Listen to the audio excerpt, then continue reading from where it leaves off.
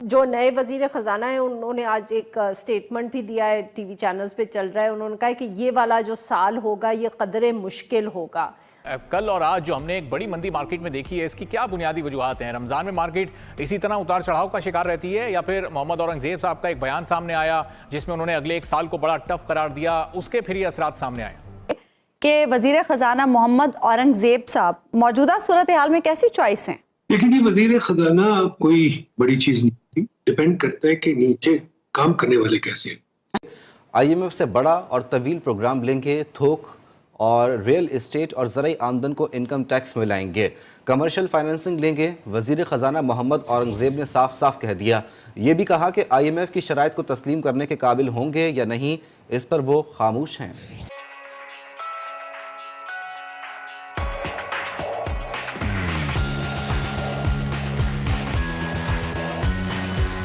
Sir but बहुत से जो इकोनॉमी के एक्सपर्ट्स हैं वो ये भी कहते हैं कि, और गालिबन आपने भी गुज़िश्ता रोज़ एक टीवी चैनल पे ये कहा कि अब जितने मुश्किल फैसले करने थे लोगों के हवाले से, जो बिजली के और गैस के बिल्स बढ़ाने थे, यूटिलिटी बिल्स, वो सब हो चुके हैं। सो सर अगर वो सब मुश्किल फैसले हो चुके हैं तो अब कौन से ऐसे मुश्किल फैसले होंगे जिनका इशारा नए वजीर खजाना कर रहे हैं कि अगला आने वाला साल मुश्किल होगा लोगों के लिए? देखिए मैडम, ये चीज़ जो समझने की है, और मेरी भी थिंकिंग इस पे इवॉल्व हुई है, वो ये कि एक किस्म के मुश्किल फैसले वो होते हैं कि जब आप आवाम के ऊपर मुश्किल डाल देती हैं। जैसे टैक्स रेट बढ़ा दिया आपने, सेल्स टैक्स का 1% बढ़ा दिया 17 से 18, क्योंकि वो पूरे पाकिस्तान के हर आवाम के ऊपर टैक्स बढ़ गया तो कोई शोर नहीं होता उसका, लेकिन गरीब लोगों के ऊपर, वो जो साबुन खरीदता है, शैम्पू खरीदता है, उसके ऊपर 1-1% टैक्स बढ़ जाता है। ये फैसला मुश्किल होता है, वो कोई हुकूमत नहीं चाहती। लेकिन जो दूसरा फैसला होता है जिसमें सियासी वेस्टेड इंटरेस्ट को टेक ऑन करना होता है, अगर आप ज़राअत के ऊपर टैक्स लगाएंगे, एग्रीकल्चर के ऊपर टैक्स लगाएंगे, NFC अवार्ड को देखेंगे, दुकानदारों के ऊपर टैक्स लगाएंगे, तो ये बड़े मुश्किल फैसले हैं इन द सेंस कि ये आपको वेस्टेड इंटरेस्ट को देखना पड़ेगा। लेकिन गुजारिश ये है कि अगर मिसाल के तौर पर आप लेस्को को प्राइवेटाइज करते हैं, या सारे डिस्ट्रीब्यूशन कंपनीज को, बिजली की तकसीम और तफसील की कंपनियों को निजकारी करते हैं, तो आप वो 20-30 हज़ार लोग जो लेस्को में काम कर रहे हैं, वो शायद उनके लिए अच्छा नहीं होगा। आप नौकरी भी गारंटी करते हैं, फिर भी अच्छा नहीं होगा, क्योंकि वो कुछ काम नहीं करते, कुछ गोस्ट एम्प्लॉयज होते हैं, कुछ चोरी वगैरह होती है, जो भी है। और जाहिर है कि एक प्राइवेट सेक्टर का मालिक आएगा तो वो काम ज्यादा करवाएगा। लेकिन जो 4 करोड़ लोग लाहौर इलेक्ट्रिक सप्लाई के कैशमेंट एरिया में रहते हैं, उनका तो फायदा होगा। तो अब आपने जो काम करने हैं उससे एक्चुअली अवाम उन्नास का फायदा होगा, फौरन ना हो लेकिन साल 1.5 साल में होगा। तो हुकूमत को ये सोचना चाहिए कि क्योंकि उसके पास सपोजिटली 5 साल हैं, तो वो जो काम करने हैं वो कर गुजरे, एज अपोज टू कि जो आप वक्त जाया कर देंगे, यार इससे हम डर रहे हैं, उससे हम डर रहे हैं। सर ये आपने हुकूमत के खर्चों का पहले जिक्र भी किया, फिर अब आपने कहा कि ज्यादा वहां गुंजाइश भी नहीं है। बिलावल भुट्टो जरदारी साहब भी जिक्र करते थे सर, वो कहते थे वफाक में बहुत सी ऐसी मिनिस्ट्रीज हैं जिनको बंद कर देना चाहिए, उससे इतने पैसे बच जाएंगे। Do you think that's a valid point? देखिए, पाकिस्तान का जो वफाक का डेफिसिट है वो 8,000 अरब रुपए का है तकरीबन। पूरी वफाकी हुकूमत जो है वो 700 अरब रुपए में चलती है। तो पूरी हुकूमत को आप बंद कर दें, इंटीरियर मिनिस्ट्री बंद कर दें, फाइनेंस मिनिस्ट्री बंद कर दें, सब कुछ बंद कर दें, तो भी आपने 10% भी डेफिसिट कम नहीं किया है। तो अखराजात आप जरूर कम करें, लेकिन अखराजात कम करना इस मुल्क का मसला का हल नहीं है इस वक्त।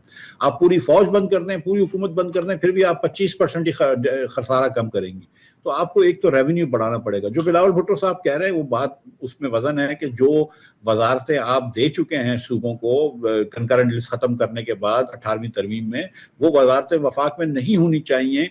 मिसाल के तौर पे जो मैं गुजारिश कर चुका हूँ कि अगर आप एग्रीकल्चर मिनिस्ट्री या एग्रीकल्चर का काम सूबों को दे चुके हैं, तो फिर आपने क्यों रखा हुआ है फूड सिक्योरिटी?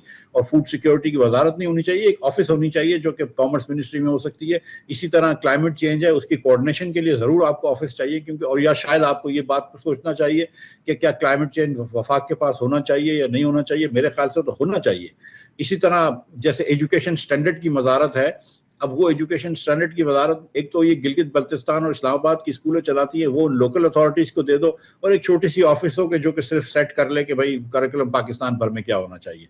तो कुछ वजारतों के वजन कम हो सकता है, लेकिन मैं आपको ये बता रहा हूँ कि 20-25 अरब रुपए से ज्यादा नहीं बच सकते इन चीजों के अंदर। आपकी 8,000 अरब रुपए की डेफिसिट है।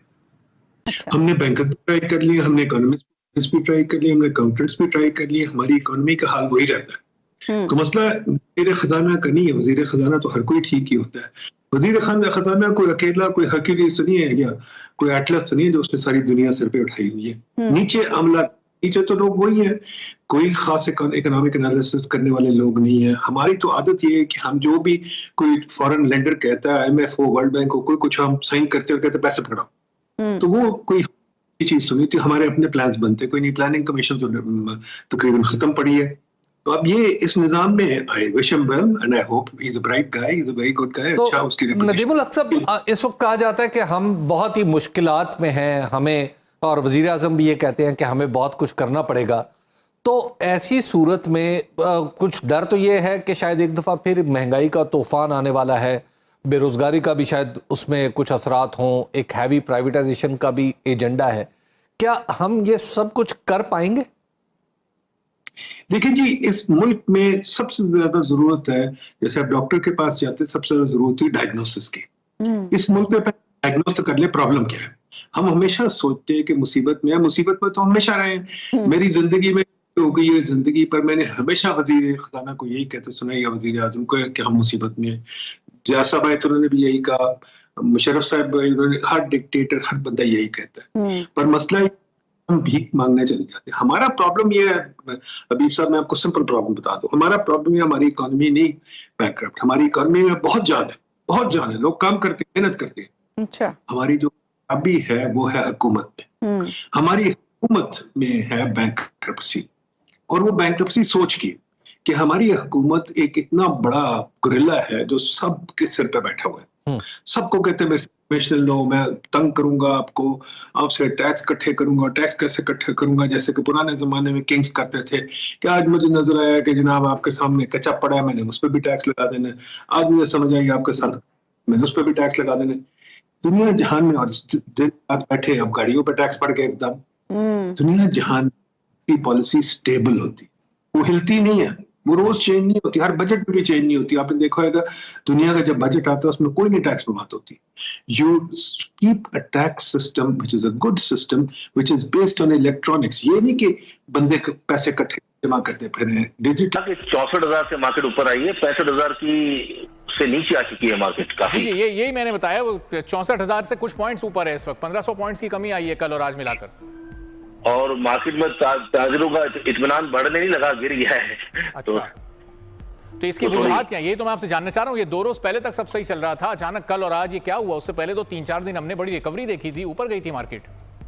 असल में मार्केट में ना, देखिए एक बात बताऊं मैं आपको, बढ़ने का कोई स्टोरी चाहिए होती है बढ़ने के लिए। जैसे मैं पहली दफा भी आपसे कह चुका था, इससे पहले जब आपने मुझे ऑन बोर्ड लिया था, तो मैंने कहा था कि मार्केट के अंदर जो स्पेकुलेशन चल रही थी कि किस तरह की फॉर्मेशन ऑफ गवर्नमेंट होगी, वो तमाम चीजें हो गई, काबीना बन गई।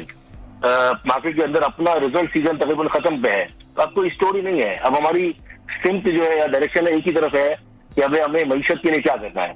तो मईशत के लिए देखिए, याद रखिए कि अमली तौर पे जब चीजें होती है ना, उसको रियलाइज होने के बाद लोग कंफर्मेशन पे इन्वेस्टमेंट करते हैं। मार्केट ऑलरेडी अपने पीक पे थी 66,000 पे, वहां से ऊपर जाने के लिए मार्केट को मजीद कुछ न्यूज कंफर्मेशन चाहिए थी इकोनॉमिक फ्रंट से, वो नहीं आ पा रही थी। और एक टेक्निकल करेक्शन ड्यू भी थी, क्योंकि काफी सेक्टर जो है ऑटो, बैंक्स, फर्टिलाइजर, रिफाइनरीज बढ़ चुके थे, उसके अंदर करेक्शन थी जो कि जरूरी थी। अगर मार्केट इस वक्त अपने आप को मजीद कंसोलेशन करे 62,800 के करीब, 63,000 के करीब, तो वहां पर नया इन्वेस्टर या नया पैसा इन होगा। और इस वक्त हमें जरूरत है कि अमली तौर पर कोई ऐसे इकदाम करे जिसके अंदर मईशत से हमें